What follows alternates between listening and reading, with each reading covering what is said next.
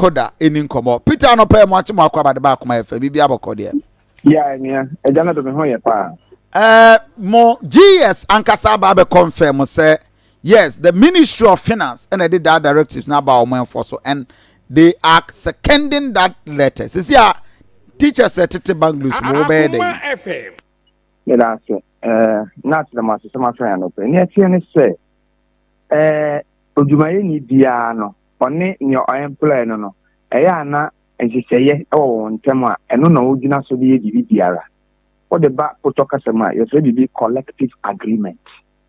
Existed between teachers and their employer, the Ghana Education Service. Now, the collective agreement in a woman black and white. 2009, dear, a woman, said, teachers, your category of teachers, headmasters, assistant headmasters, and nothing for vice principals, and nothing for a categorizing the dear woman black and white to say, a year, GS, I said, dear, say, or provided free accommodation for all these category of workers in the GES. If you even as late as 2020 collective agreement, section 19 of the collective agreement of just 2020, I'm speaking to you in 2022, just 2020, 2 years back, the same thing was stipulated, black and white. And the as not the air and one was say, GES, able and able to say, or call, you invite you on call a public accounts committee. Not on to me and state side is and to say, what your employees didn't come and not in the Argentina wanted to do my own chair. Number one thing I go come in our dam say, no, my country, we are not going to pay because there is a collective agreement which is binding on both of us, both the employer and the employee. How many NAT members and they used to buy bungalows? Near say, on the material say, and yet every teacher or your category, headmasters, assistant headmasters, senior housemasters, your principal, vice principals, head teachers, assistant head teachers, frontline ADs, guidance and counseling officers. In where a category of workers within the GES. I know the and you say now you need GES. I had that. Yeah, in 2009, next time the year 2020, I have time you will be also work up. A category of workers in Minano won't excessive amount of free accommodation. Much also, a penny of signature something. It means you agree with everything that is written in it. Okay. And in the GES, when you want 18 countries and say, after appending their signature to the agreement, they now are going to tell us they don't understand the English written therein. It will be very strange. I'm aware said directives in the bar somewhere 206 and now is now being implemented. And is that? Yes, there be two. Don't say 2009. Agreement. Okay. Directives now airway. Now senior Uncle Public Accounts Committee. When me could defending here. Once the audit the various secondary schools. Yeah.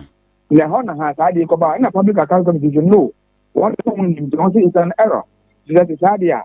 Most genius in the for no appear before us. Don't be explaining why headmasters need your category of workers about going now. Why are they buying bungalows and are not paying? And what we were expecting was that GES will arm themselves with the collective agreement that we have reached. Okay. Okay. Public accounts committee, they don't know. And yet deliberate. They don't know. You want to prove to them say, it's in a way soon Tina. Over to say my account in a bar and say, want to say headmasters not to for to my own piano. Not on what I say, but Monica.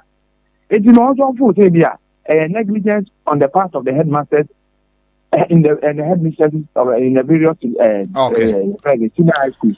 And you know, Mamma directly says, no, and to say, I'm more day. To see a dear Namoye, are you going to pay most at No. The answer is no. Bluntly, no. We are going back. Yes. The issue is that we are not being stubborn. The issue is that agreement is an agreement. Akoma efe. Me pese ga na bo nyina te ya say an agreement is an agreement. Ba minim se controller and account general na hwe musika so ye bosomi aso na ye tua salary ni ate a obenden. Mazan ye tell say enye me ni say GS I na doing say or the force na be because only said there will be a serious rebuttal. So or if and they will never do that. They cannot do that without letting us sit down, jaw, and agree.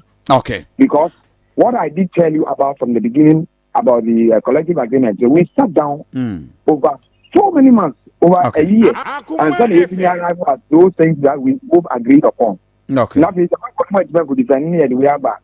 Now, no, they will have to seek our views. And when we sit down with them, we will prove to them, say, this is what we have agreed upon. Okay. So if you were not able to prove it, we are flashing it. This is it. Peter Koda. Peter Koda, PR the man at and I'm grateful. Obolo, Jina Homa mena ye my yinya loan NJ. Javo anope uti na pesa unya loan. Any edidu juma. Pacho no collateral. Loan we umfa we yibi anko, umfa we danko, umfa we japadi bi anko. Di unya ya Ghana card. Man, what Ghana card kwa?